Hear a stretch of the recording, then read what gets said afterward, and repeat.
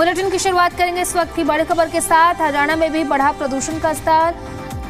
कल के मुकाबले आज AQI में सुधार नहीं। गुरुग्राम में AQI 309 दर्ज किया गया, यानी कि आज हरियाणा वासियों को प्रदूषण से राहत नहीं है।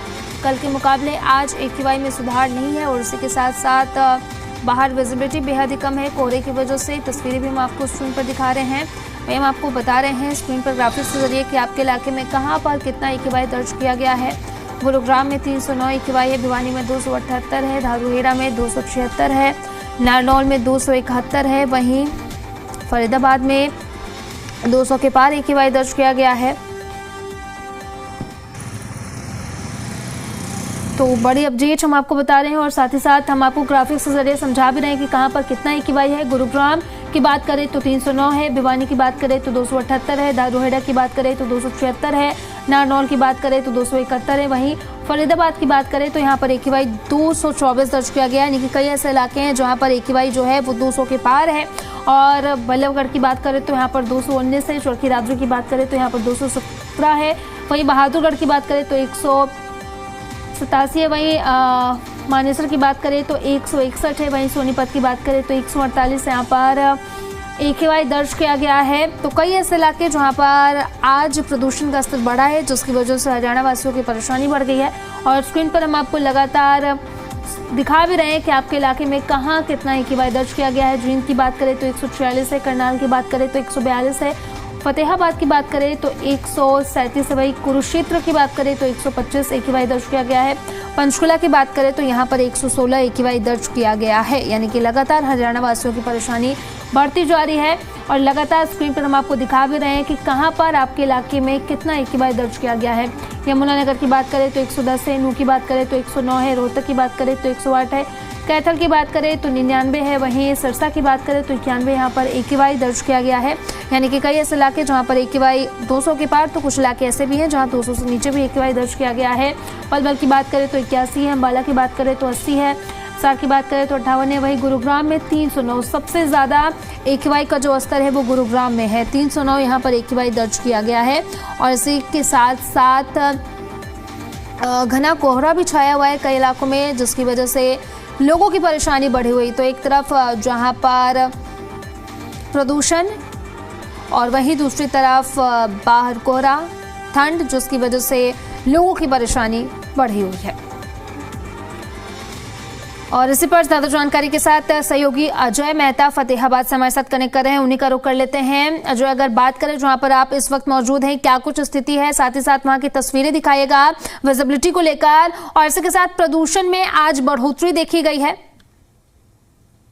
बिल्कुल, देखिए मैं इस वक्त जो है फतेहाबाद के शहर के अंदर मौजूद हूँ और यहाँ जो हालत है अभी भी सघन जो है कोहरा छाया हुआ है। विजिबिलिटी लगभग 50 मीटर से अधिक की नहीं बताई जा रही है। पूरे इलाके को जो है एक कोहरे की चादर ने अपने आगोश में लिया हुआ है। आपको इसलिए बताना चाहूंगा कि पिछले 5 दिन तक शहर को पूरे बादल छाए हुए थे और कोहरा छाया हुआ था, कहीं धूप नहीं निकली थी। लेकिन कल दोपहर में धूप निकली और आज फिर एक बार कोहरे ने अपनी आगोश में पूरे शहर को ले लिया है। पूरा शहर जो है कोहरे से ढका हुआ है। शहर ही नहीं, शहर के आसपास के इलाके पूरे जो है यहाँ पे डेंस जो है इसकी जो कोहरे की डेंसिटी है बहुत ज्यादा है। इसलिए लोगों के लिए एक प्रशासन भी लगातार एडवाइजरी भी जारी कर रहा है कि इस कोहरे से बचे और कोहरे से कम जो है आवाजाही सड़कों पर कम रखें। वहीं अगर हम बात करते हैं यहाँ पॉल्यूशन की, पॉल्यूशन जो है अभी अपने स्तर से अधिक, जो AQI का स्तर है अपने स्तर से अधिक है। इस वक्त जो है लगभग 150 के आसपास AQI दर्ज किया गया है, जबकि देर रात ये 300 को पार कर गया था। लेकिन फिर भी जो अभी जैसे दिन निकलता है और दिन चढ़ने के साथ ही जो है AQI तो कहीं ना कहीं न्यूट्रलाइज होता है, लेकिन फिर भी यहाँ जो जिस प्रकार से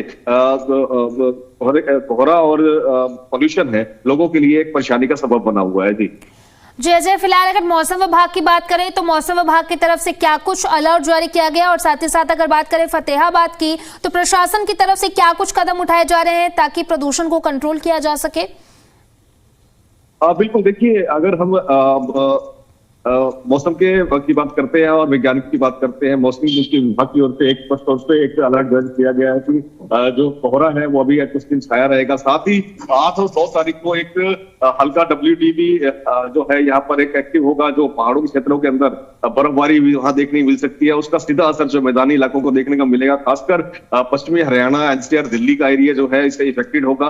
कहीं कहीं हल्की बूंदाबांदी भी हो सकती है। साथ ही जिस प्रकार से कोहरे का एक पूरा वातावरण बना हुआ है, ये आने वाले दिनों में कटने वाला नहीं है। 2-3 दिन आगे जो है लगातार ऐसे ही मौसम रहने की आशंका जताई जा रही है। वही अगर पॉल्यूशन कंट्रोल की अगर बात करते हैं, प्रशासन की ओर से शुरुआती दौर के अंदर ही इस प्रकार से पॉल्यूशन का स्तर बढ़ा था, उसको लेकर के निषेधाज्ञा लागू की गई थी। 144 जो CRPC की 144 थी वो लागू की गई थी। इसके साथ ही वहाँ जहाँ पब्लिक प्लेसेस है वहां पर किसी प्रकार की कूड़े को जलाने की भी सख्त मनाही की गई थी। फिलहाल जो है क्योंकि जिस प्रकार से पॉल्यूशन का स्तर है कंट्रोल में दिख रहा है, लेकिन ये सख्तियां भी थोड़ी सी कम की गई हैं। लेकिन अभी भी इस बात की बहुत आवश्यकता है कि लोगों को इस बारे में सचेत होना पड़ेगा कि लोगों को भी खुद अपने एक मॉरल ड्यूटी को निभाना होगा और लोगों को ये समझना होगा कि पॉल्यूशन को किस प्रकार से कम किया जा सकता है। उसको लेकर के जो गाइडलाइंस जारी की है उसकी पालना करनी होगी। जी जी बहुत बहुत शुक्रिया अजय आपका तमाम जानकारी के लिए।